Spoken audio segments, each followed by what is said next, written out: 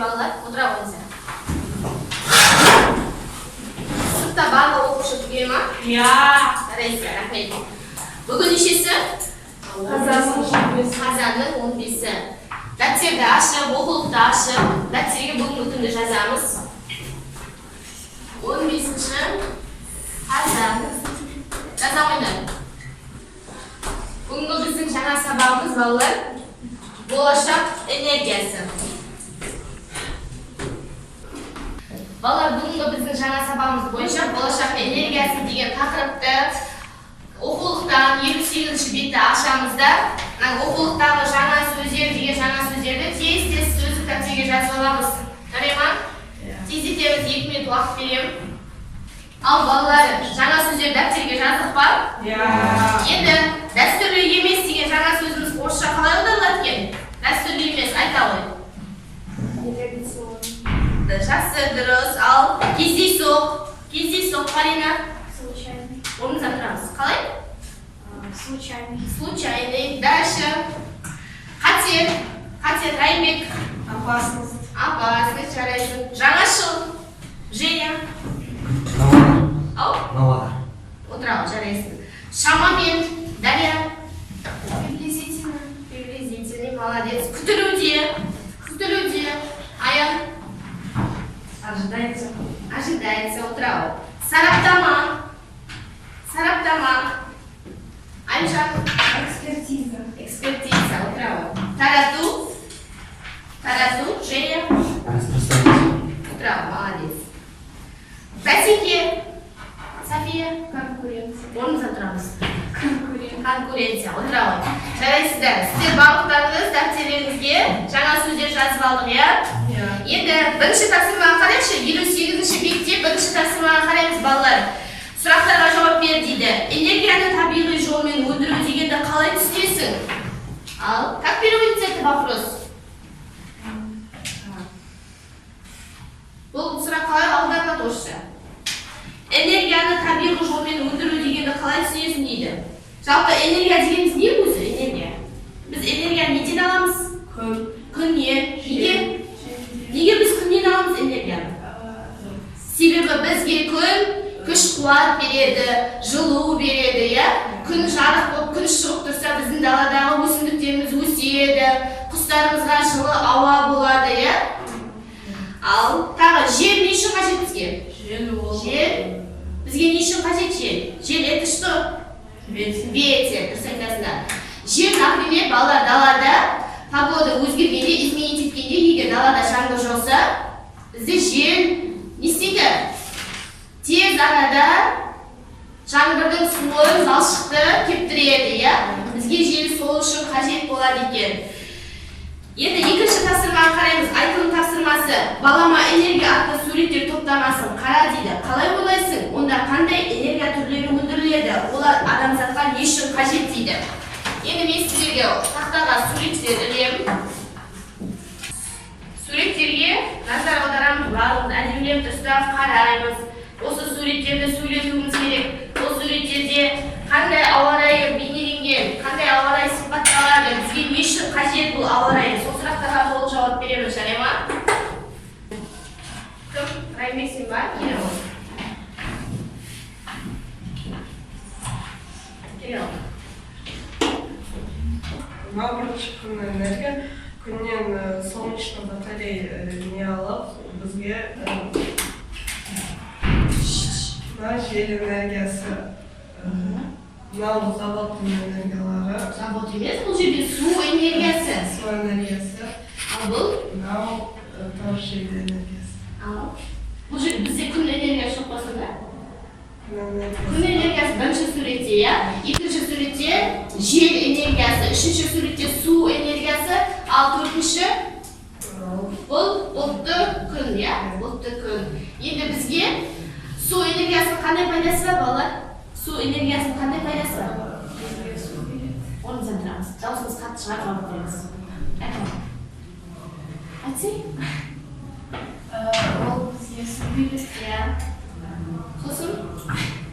Болды ма?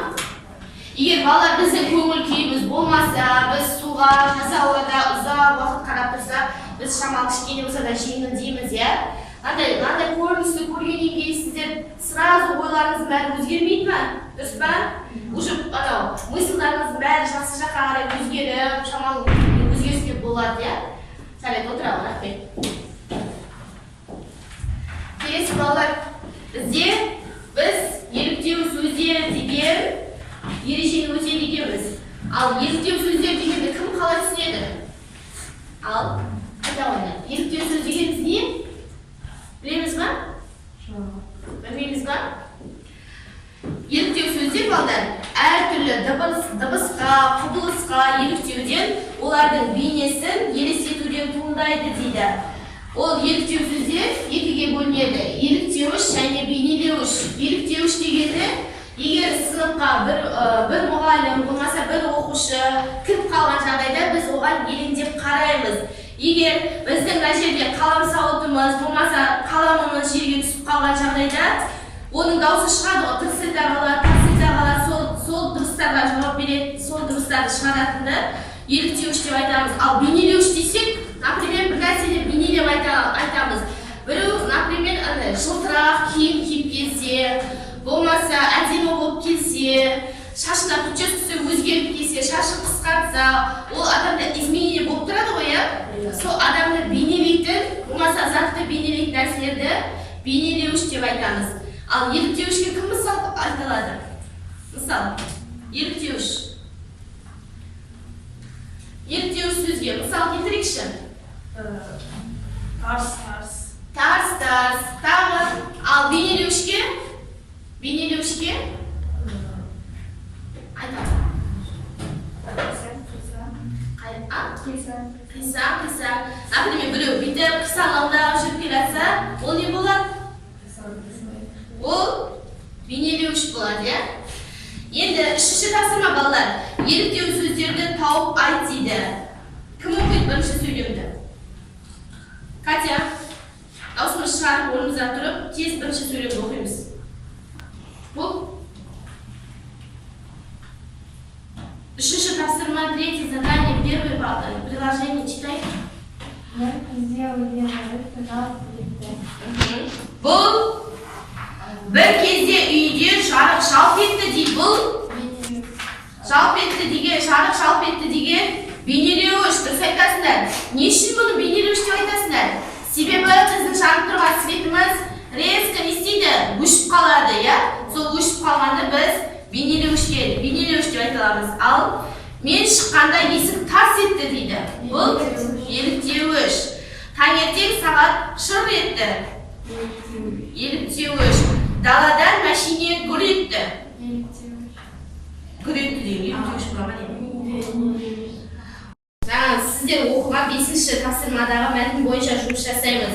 Қазір осы 5-ші тапсырма бойынша біз тақтаға кластер құрастырамыз, кластер жазамыз. 5-ші тапсырма. Кластер құрастырамыз. Кластер дегеніміз не? Кім айтылады? Ассоциация. Жазамыз. Балама энергия.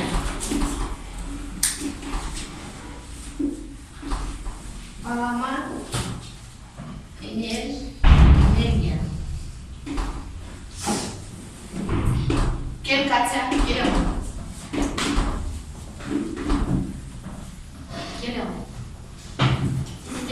Балама энергия дегеніміз не? Балама энергия не жатады? Су жазады. Су. Отырамыз. Дарья, келе ғой. Тез етеміз. Мұхаммад Сабит келе ғой. Қандай не жатады балама энергия? Құм? Құм жатпайды? Құм жатпайды деймін. Күн десек, күн это солнце. Отырамын. Айнжан. Жел. Отырамын. Жарайсың.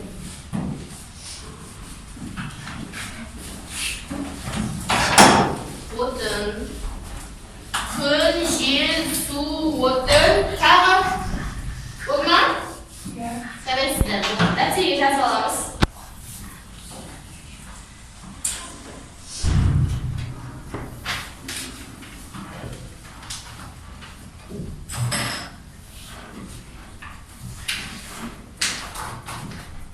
Болдық па?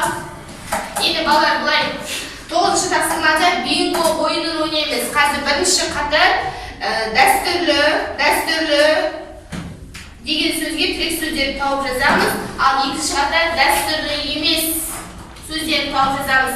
Мына жерде 9-шы тапсырмада бар ғой айқында. Дәстүрлі дегеніміз не, дәстүрлі емес дегеніміз не? Иә, тағы? Дәстүрлі емес деген ол жаңа сіздерге айтып отқан күн, жел, су, отын, солар жатады. Сол дәстүрлі емеске, иә? Ал дәстүрліге ана жерде оқулықта тұр екен ғой, міне дәстүрлі дегенге музыка, тағы би, солар жатады дәстүрліге. Ал дәстүрлі емеске терезе, қон, нан, түсіндік па? Осы дәстүрлі емес деген мына жерде таблица бойынша тез қазір мен сіздерге ақ қағаз беремін. Осы ақ қағазға топ бойынша тапсырманы орындап жазамыз.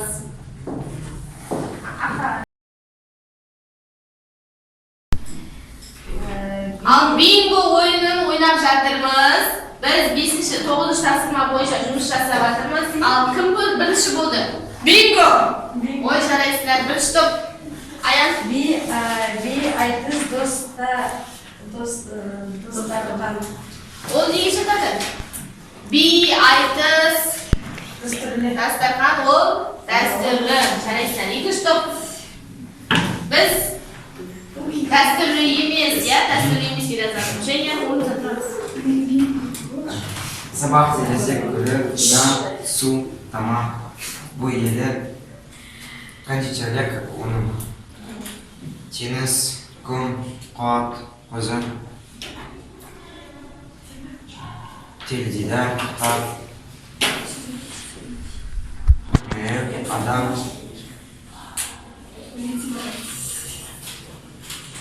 Сохраняемая энергия, унай, культура язык,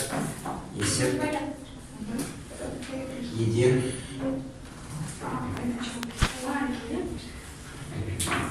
Медицина и жиналыс.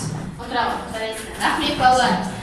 Үйге тапсырма, 11-ші тапсырма жазылымды жазамыз. Көбінесе орнына қажетті сөзді қой дейді. 11-ші тапсырманы үйден